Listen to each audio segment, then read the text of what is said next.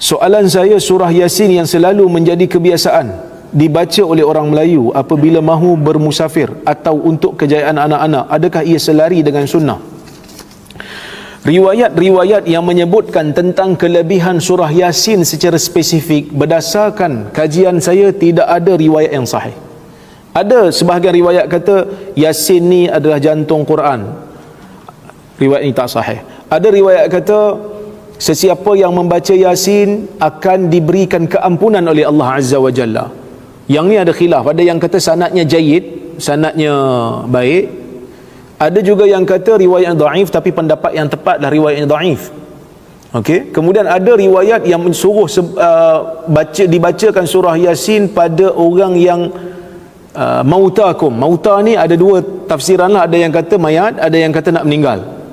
Ini juga riwayat yang dhaif daripada Nabi sallallahu alaihi wasallam, walaupun sebahagian salah mengamalkan amalan membaca surah Yasin pada orang yang sakit ni, nazak ni, ataupun orang yang meninggal. Okey.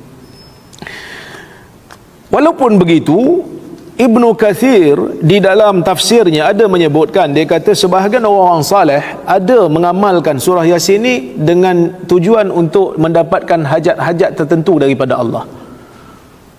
Tapi dia mujarrabat lah. Mujarrabat ni benda yang diuji dan bagi dia dapat, tapi dia bukan satu kemestian. Boleh jadi juga dia bukan termasuk di dalam fadilat yang khusus untuk surah Yasin, tapi dia masuk dalam tawassul dengan amal saleh. Kita bila nak minta sesuatu, di antara amalan yang boleh menguatkan doa kita ialah tawassul dengan amal saleh.